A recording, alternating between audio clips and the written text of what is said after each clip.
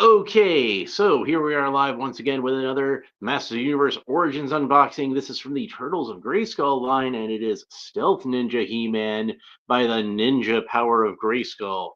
Maybe it should have said the most powerful ninja in the universe. I don't know. But here's the piece of artwork on the back with our Stealth Ninja He-Man going up against, God, what's this guy called? Just Skeletor. He's just called Skeletor, nothing special. It does say evil samurai, Lord of Destruction, but he's not like samurai power Skeletor or something like that. He's just how is He-Man a ninja but Skeletor's a samurai? I would think if anything that would be the other way around because oh well, whatever. Let's not get into that. So, this is not the first He-Man that we've seen in this line. The other one was what was that sound? Oh well, whatever.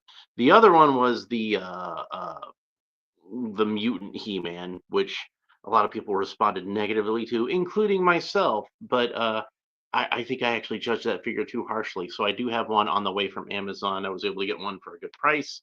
So I will be opening up the evil mutant He-Man, and I'll discuss that more, of course, when I get to it. We can see like Krang is in the background and Castle Grayskull, and uh, that's pretty much it as far as like Easter eggs goes. I think I don't see anything else of note, just He-Man fighting Skeletor. And he's a pretty cool He-Man variant, I gotta say. So I'm looking forward to getting this one opened up and talking about him with you guys. Although I actually do have one already that's opened because this is actually the second one I bought. I wanted to get an extra one for custom parts because there's a lot of really good parts in here that can be used for customs. But unfortunately, the first one I had, the package just came open. The glue on it was so weak that it just fell apart. Hi, Aunt June. Welcome to the show. Always glad to see you. So anyway, I do have this other one, and since I had him out of the package, I decided to do something special with him as far as like customs go. Let me get one other thing. Might as well go all the way with this, huh? All right, so for those of you who don't know, Cam Clark, the voice actor, was the original voice actor of Leonardo on the original Teenage Mutant Ninja Turtles cartoon. And he also did the voice of He-Man on the 2000X Masters of the Universe cartoon, which you can catch that on Amazon, by the way. I've been watching that recently and enjoying it. So I kind of thought to myself, would it have been neat if they had have used the 2000X version of He-Man instead of the classic version? Now that's not to say that I prefer the 2000X version of He-Man over the classic version. Of course, I'm OG. I'm all about that classic He-Man. So that's that. If I can only have one, I could have that one. But I thought it would be appropriate to do him in 2000X style. So I happen to have an extra harness and an extra head from parts I used from something else. Like I used the torso, arms, and legs. Other than the boots, I used those to make my King Conan figure. I'll have a short about that sometime soon. So I still need to make a cape for him before I show him off. So, but anyway, since I had the extra 2000X parts, I went ahead and popped them onto this guy. Now you might be wondering, why didn't you just go ahead and use the 2000X boots and trunks? Well, I already used them on this guy. So my origins version of Vicron. I noticed that Vicron has pretty much the same skin color as the second Masters of the WWE Universe Ultimate Warrior. That's the one with the red cape and the white trunks. And so I swapped the trunks and the boots from the 2000X He-Man onto the Ultimate Warrior body. Gave him Goldberg hands so he'd have gloves, and then just put the head in the harness from the Masterverse one. So I had a second Masterverse one I bought just for customs. Boom, there it is. All right. Anyway, weren't you doing this video to talk about opening up a Stealth Ninja He-Man action figure? Yes, I was. I was going to do that, so why don't we go ahead and do that right now. All right, so here we go. Stealth Ninja He-Man. You can see, like I said, they use the classic look of He-Man with the gray armor and the vintage style He-Man head. Although there are some differences between this and a vintage style He-Man. I'm going to get into all that when we open them up. We already looked at the artwork on the back. Let's go ahead and have a look at the artwork on the top for those of you who haven't seen it. And we've got, since this is the good guys, we've got He-Man and Leonardo up there. Cross-cell artwork, we've got April O'Neil, Hordak, Stealth Ninja Leonardo, and Stealth Ninja He-Man. And I do have all three of these other figures, so those will be open sometime in the near future. Let's go ahead and get this guy. Oh, yeah. And you put the Sword of Power in his shroud. And it says, the power of Grayskull purified He-Man, expelling the evil mutagen from his being. Now free from its brainwashing effects, He-Man joins forces with the Teenage Mutant Ninja Turtles to save Eternia from Skeletor and Krang's nefarious plot. Includes free comic book. And of course, we're going to read the comic book. We have to read the comic book. All right, so let's go ahead and get him open up. I think it'll be easier to go from the top. This is not shaped exactly like a vintage Masters Universe packaging. For whatever reason, it's got like a little bit of. I just noticed this a little bit. Are they on like this on all the turtles? Yeah, I guess that's how the turtles figures are packaged.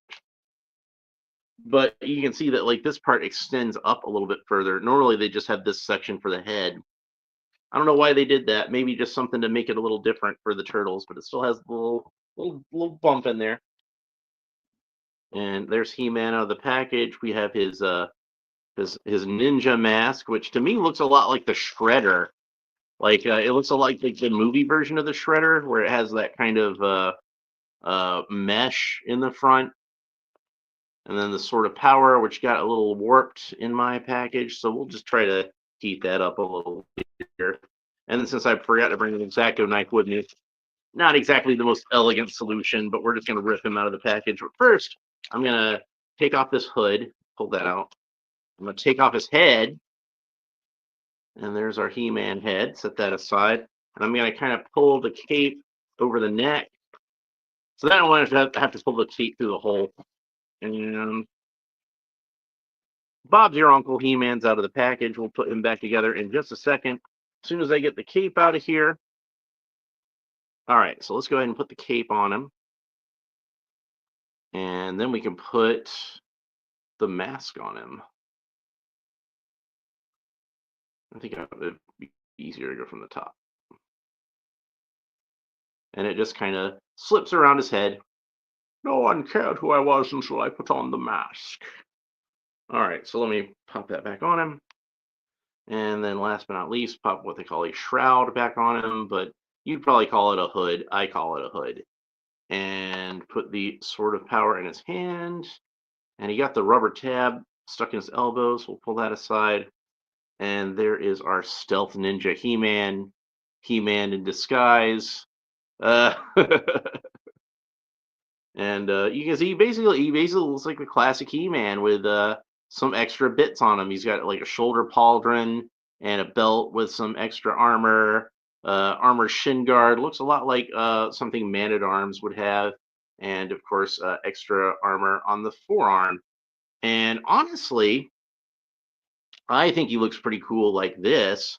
Let's take off the hood and the mask, pop off his head again so we can get the cape loose. I think he looks pretty cool like this, just with the extra armor, without the hood and the cape and the mask. And it almost has like a gladiatorial kind of look to it with the extra armor and the shoulder pauldron and everything like that. I think that looks really cool. Now I got a little bit of hiccups, but we're still going to power through this this unboxing. And this elbow joint is really stiff, so I'm just kind of gently coaxing it to get it in shape, and then it should be fine. So let's go ahead and take off all the extra armor so that way we can see what he looks like in his most basic He-Man form. So first I'm going to take off the shoulder pauldron, and it does actually fit very tightly around the bicep, and I like that. I'm glad that that stays on really tightly. And then we'll set the Sword of Power aside for a second, and then we'll take off the forearm armor, and we got to take off his belt, so we got to snap them apart at the waist. Of course, these Masters of the Universe Origins figures all come apart at the waist and the arms and the head and theoretically the boots, but I like to heat those up with a hairdryer first. And last but not least, we got this shin armor that just kind of clamps on there, just kind of clips on there. And then we can see once we got them out, we have a pretty basic He-Man action figure, but it's not 100% the basic He-Man figure that we got from Origins already. There are a few differences. For one thing, and this is probably the least obvious thing, is that the orange on his belt and his bracers, rather than being a matte orange like it usually is, it's more of a it's got like kind of a metallic sort of pearlescent sort of quality to it. This knee seems a little gummy. Sorry, I'm getting distracted by articulation when I should be talking about the differences in the figure. So yeah, it's got like a slightly more metallic shade than the matte shade that we're used to seeing on the regular Origins figure. So that's pretty cool. But the armor looks to me like pretty much the same. The red looks pretty much the same. The bluish gray looks pretty much the same. Uh, a more obvious difference, and I think the most obvious difference to anybody who compare these is the front of his boot is torn open, and you can see his toes sticking out. And of course, that is reference to the evil mutant version of He-Man. He had the boot that was torn open at the toe, and dude needs to clip his toenails. I'm just saying, my toenails get like that sometimes. I can relate, but yeah, it's the same foot that was reused from the Evil Mutant He-Man. I kind of wish that they'd have done both feet like that, because that would give us like another style of feet we could use for customs and things like that, or they could use them for future action figures. Have like it to me it does have more of a savage kind of look. So if you want like a savage He-Man, that would be a cool thing to do. Now, one other difference that I noticed that might not be as obvious to everybody, but I'm sure somebody must have noticed this, is on this He-Man head, unlike the standard Origins He-Man head, if I can get it to focus, hopefully you can see it. They painted in the whites of the eyes, which is really unusual for Origins, because the vintage He-Man line they did not paint in the whites of the eyes. And it even says this if you see the actual like sheet for the paint masters. It says just the black eyelash and the black pupil, no whites of the eyes. And I believe that this was an aesthetic design choice and not just trying to save money on paint, because they already had a white paint application on his teeth. So, they could have just, had the little bit of the extra opening in the masking so that they could do the whites of the eyes if they wanted to. They chose not to.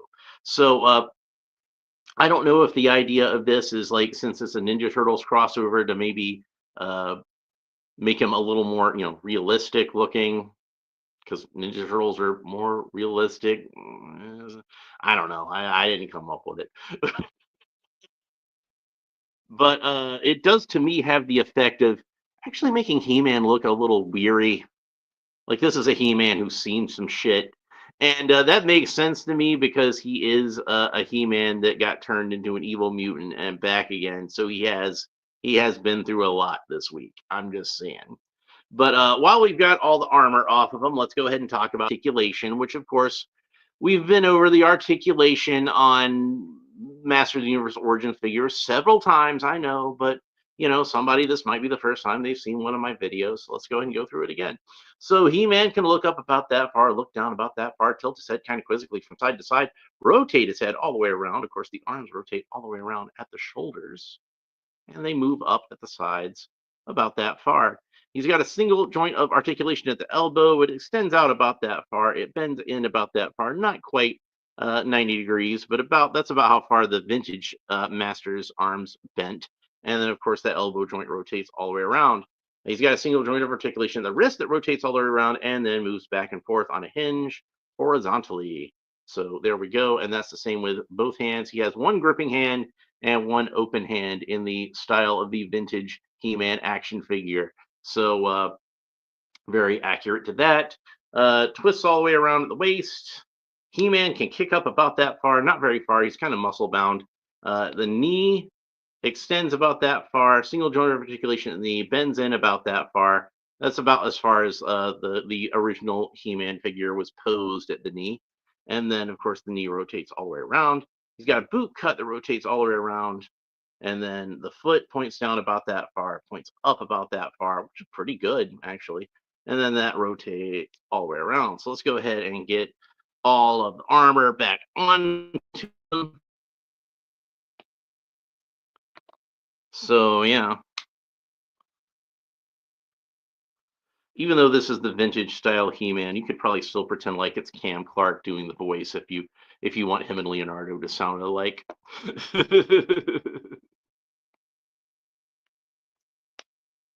And I just kind of did this just for fun, just to see what it would look like. And honestly, I kind of feel like, oh, I should have put the mask back on him before. Well, I could fit it over the head, can't I? I'll just pop it back on. It does look a lot like Bane's mask, I do think. But yeah, it can just slip over the top of his head. And then we've got the forearm guard. And then the pauldron over here. And I like how nice and snug this pauldron fits on. It's probably some of the best some of the best shoulder or upper arm armor that I've ever seen on one of these figures. They did a really good job with that. And then last but not least, the shin armor on. And then we can get the hood back on. And the Sword of Power back in his hand. Let's go ahead and real quick before we do that, though, we'll go ahead and put it into the shroud as it describes on the back of the package. So that's what that looks like when it's in storage. So there we go. When he's not using it, he can tuck it away back there and put it back in his hand. So now he's ready for combat, ready for ninja combat. And I must say, it's probably because it's designed to fit on this head. The hood does fit a lot better on this head than it does the 2000X head, probably because it tapers more towards the top. If we compare both of those heads, we can see, I'll take the hood off of both, but you can see like the top of the vintage head, it tapers a bit more. See? So that's probably why it fits on better.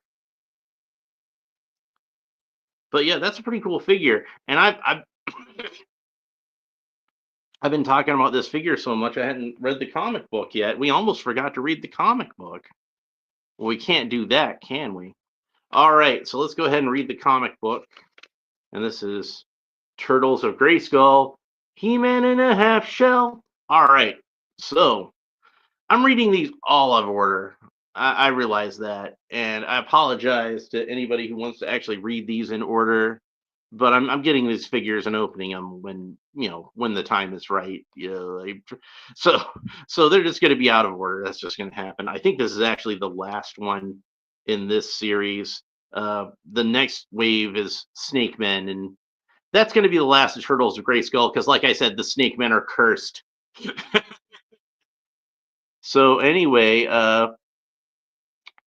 we start off with Skeletor, and something is exploding in the background, and it says, "So Skeletor lost his prize already? The mighty mutated He-Man gone in a flash? This comes as no surprise. His hubris has always been his undoing."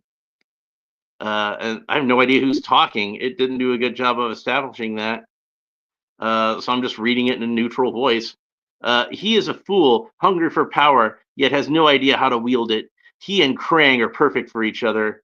See, it's okay. It's the Shredder and Hordak communicating with each other, and I think that Hordak is the green because green is a color so much associated with Hordak, and red, of course, the Shredder is always known for his red costume. So actually, in the first color versions I read, which was the first reprints, he was wearing a red costume. But that's neither here nor there. Still, I want He-Man found. Leatherhead can find my Hordak voice is too close to to my Shredder voice. I'm gonna take a different tact. I'm gonna try to do a Revelation Hordak. Or Revolution Hordak. I'm gonna try to do Keith David. I'm gonna try to do Keith David. So Leatherhead will find him. He can track the turtles. He can certainly track He-Man. Oh wait, now the Shredder's green. Okay. I see. Uh, Leatherhead will find him. He can track the turtles. He can certainly track He-Man. I will not let him ruin your plan, Hordak. Even now, they gather the mutant army to prepare for attack. Excellent. Then let them continue to think that that is their plan. They will have their part to play before I can sweep in to claim victory. You have done well to earn my favor. Continue to prove yourself, and I will reward you with whatever you desire, Shredder. I will certainly crush the turtles once and for all. And then I guess that's Leatherneck, who's real tiny there, talking in third person. It looks like Leatherneck is oh, Leatherneck is back with He-Man as guaranteed. Bebop, Rocksteady, take He-Man down to the pits and have him resubmerged in the mutagen. Then ship him back to Krang for the assault. Be careful now. This one here real ornery. Why do I always get stuck with the grunt work? Because you never stop grunting, hog breath. What is calling him hog breath? That's I'm not reading it wrong. That is Bebop calling Rocksteady hog breath. Anyway, they must have got the captions switched. Anyway.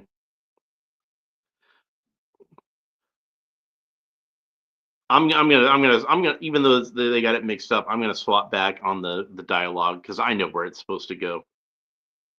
You better watch your mouth, Rock for brains. Stick your tusk where the sun don't shine. Roar! Purple He-Man.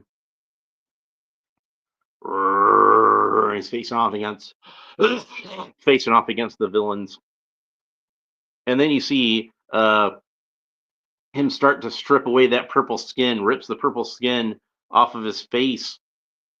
And it's our stealth ninja He-Man underneath. Does Castle Grayskull hold an artifact we could use to rescue our friends? The shrouds are shape-shifting. Anyone who wears that may alter themselves into a perfect replica of someone else, undetectable by all forms of magic or technology. So I guess the idea is that this shroud that he's wearing actually is what's causing the illusion that He-Man is in his evil mutant form. I have no idea who the blue person is. I'm just reading it, trying to assume it's the sorceress. They're not being very forthcoming about who these narrative captions belong to. But anyway, He-Man's got the power sword, and he's channeling the power by the power of Grayskull. Okay, here he says that he's talking to the sorceress. Are you sure we can cure them, sorceress? I am certain that the sword of power will do what needs to be done. And then, what is that ruckus? What's a ruckus? Rocksteady don't even know what a ruckus is when he sees it. And then, Leatherhead kicks the Shredder in the face. I'm gonna guess that's somebody in disguise too. Now, He-Man, oof. And then Bebop, oh, clever Bebop, says, what the? You're not Leatherhead. I don't need shrouds of shape-shifting to take down you numbskulls. It's Leonardo. And then Rocksteady says, you're dead meat, Toidle. So we've got He-Man, Leonardo, Rocksteady. That's 3 Cam Clarks we've got in this fight. How about that? So, and then Too Bad and Rocksteady and Bebop, it looks like, are knocked into the ooze me, will ya? No, not into the. They're knocked into the ooze pit. And then yeah, He-Man says the ooze pit. I'm guessing it's He-Man. It's kind of tiny in the picture, and that looks like Leonardo to me. Says that can't be good. So I guess that's how we get to Bop Steady, but that's probably in the comic that comes with him, since I don't see oh, they're going to show up later. Okay, so Then we got Skeletor and Krang. And Skeletor says, "Behold, Krang, Castle Grayskull! Is it not glorious?" Oh, meanwhile, on the other side of Eternia, meanwhile, this caption should be on the other side of the panel. Anyway.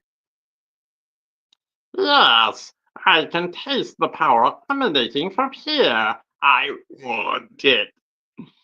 And then Skeletor says, "Then let us parley." You see him doing something. Hmm. Greetings, greetings, heroes. Surrender Castle Grayskull to me now, or all of Eternia will be mutated into my mindless minions. And Raphael says, "Some choice." And then Man-at-Arms says, "It appears the battle begins earlier than expected." And then Tila says, "April, we need to buy the Sorceress and Splinter more time." And then April says, "This is April O'Neil for Channel 6 News, here with Eternia's Lord of Destruction, Skeletor. Tell me, what brings you to Castle Grayskull today?" "What the? Well, my hunger for the power of Grayskull dates from my days as Keldor." 2 hours later. "But now with He-Man being mutated monstrosity in my control, there is nothing standing in the way between me and my destiny." She got him monologuing. "That brings me to the very special quest all the way from Snake Mountain. Please welcome He-Man and the Teenage Mutant Ninja Turtles." And then Michelangelo says, "Nice to know they had time to workshop a new catchphrase on the rescue mission." And then I guess they see the mutated. This is all out of order again. Turtle power of Grayskull. And then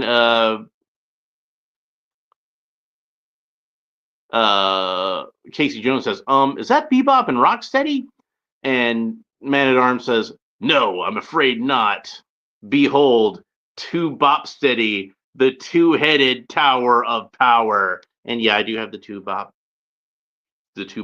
figure. I got it on clearance at Target, so we'll be opening that soon.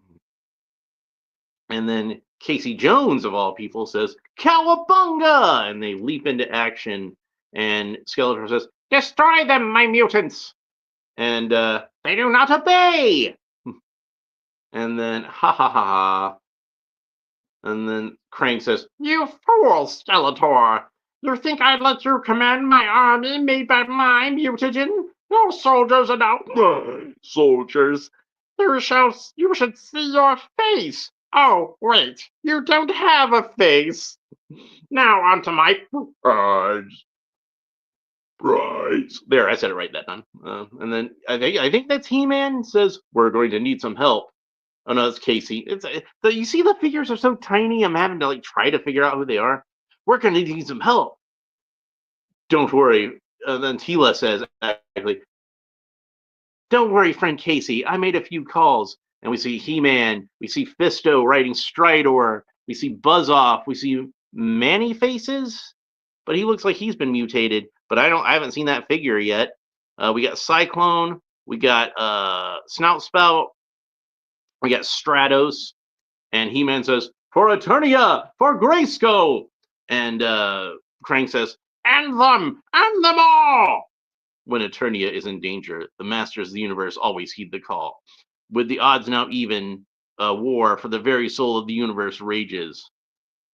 And then Raphael says, "Great, 2 doofuses for the price of 1." And Casey says, "Now let's see how you mutants fight when the numbers aren't on your side." And then Man-at-Arms says, "Krang is getting closer to the battle." And you see Krang next to the Castle Grayskull. And somebody says, "We're on it."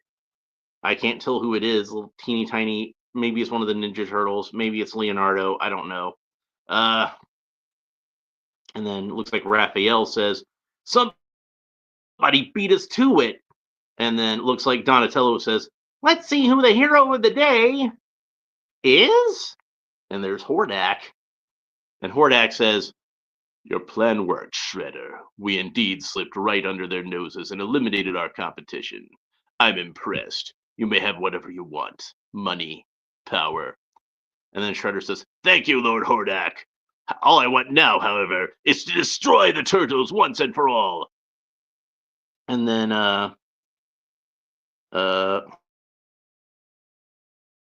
Hordak says, "It is done," and blasts the turtles with the ooze.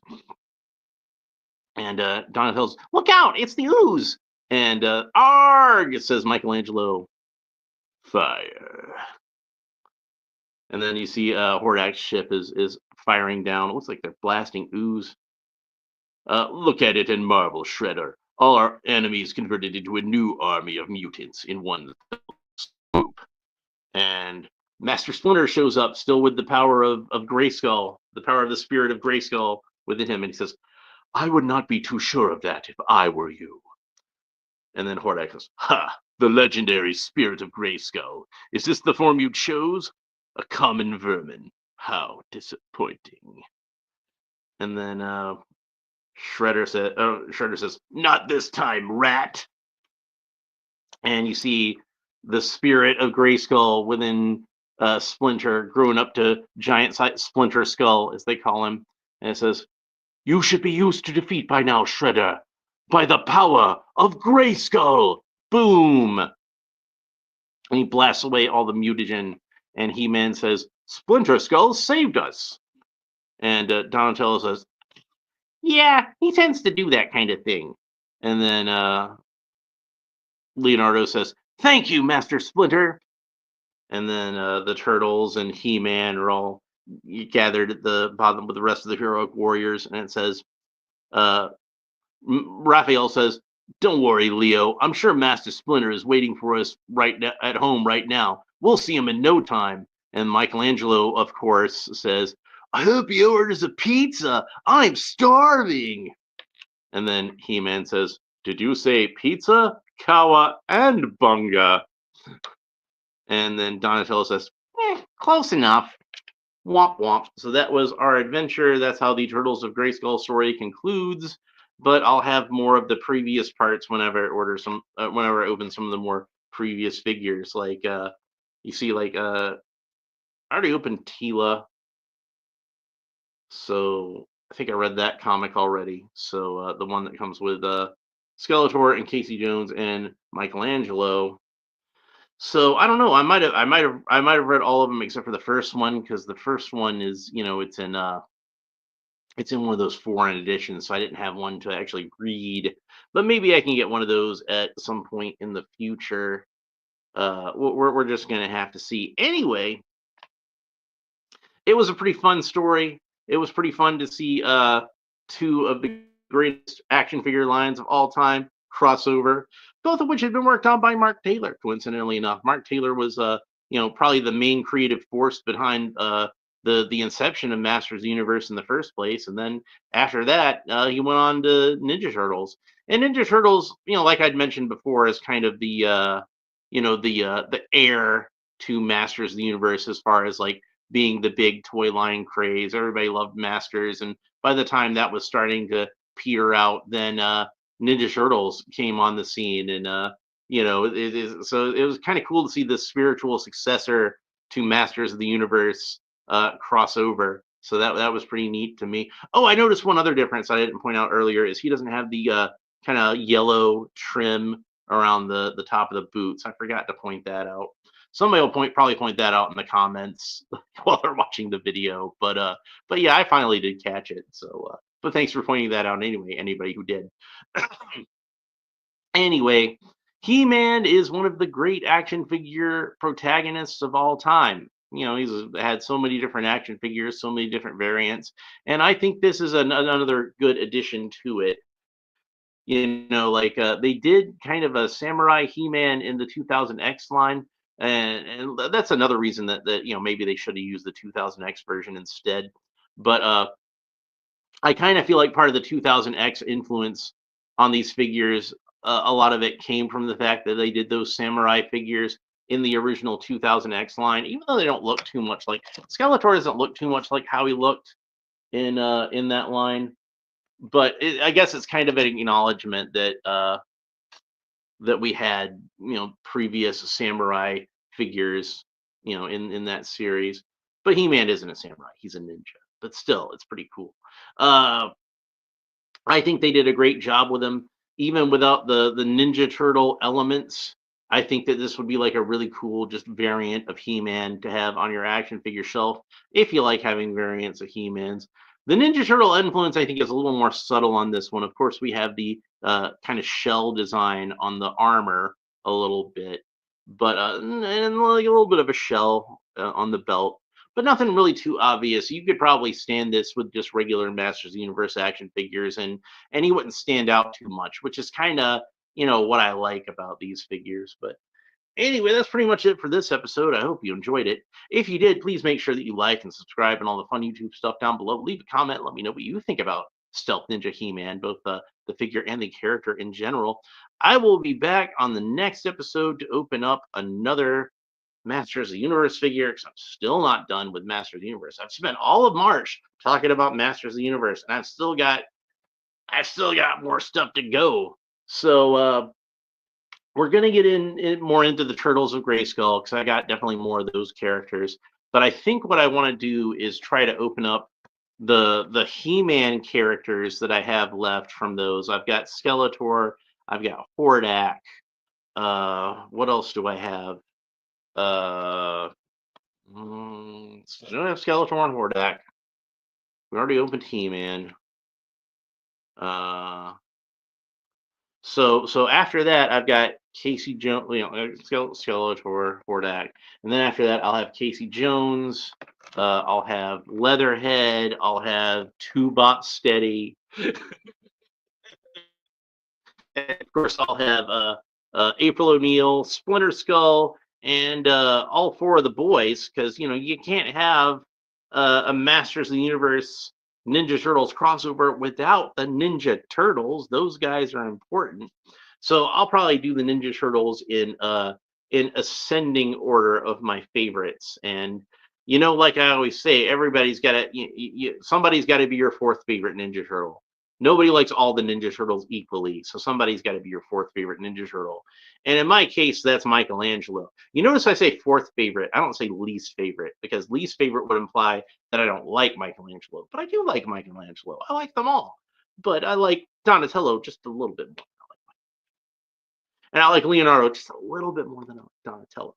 And I like Raphael just a little bit more than I like Leonardo. That's how that works. That's how that works. You probably have a completely different order from what I have.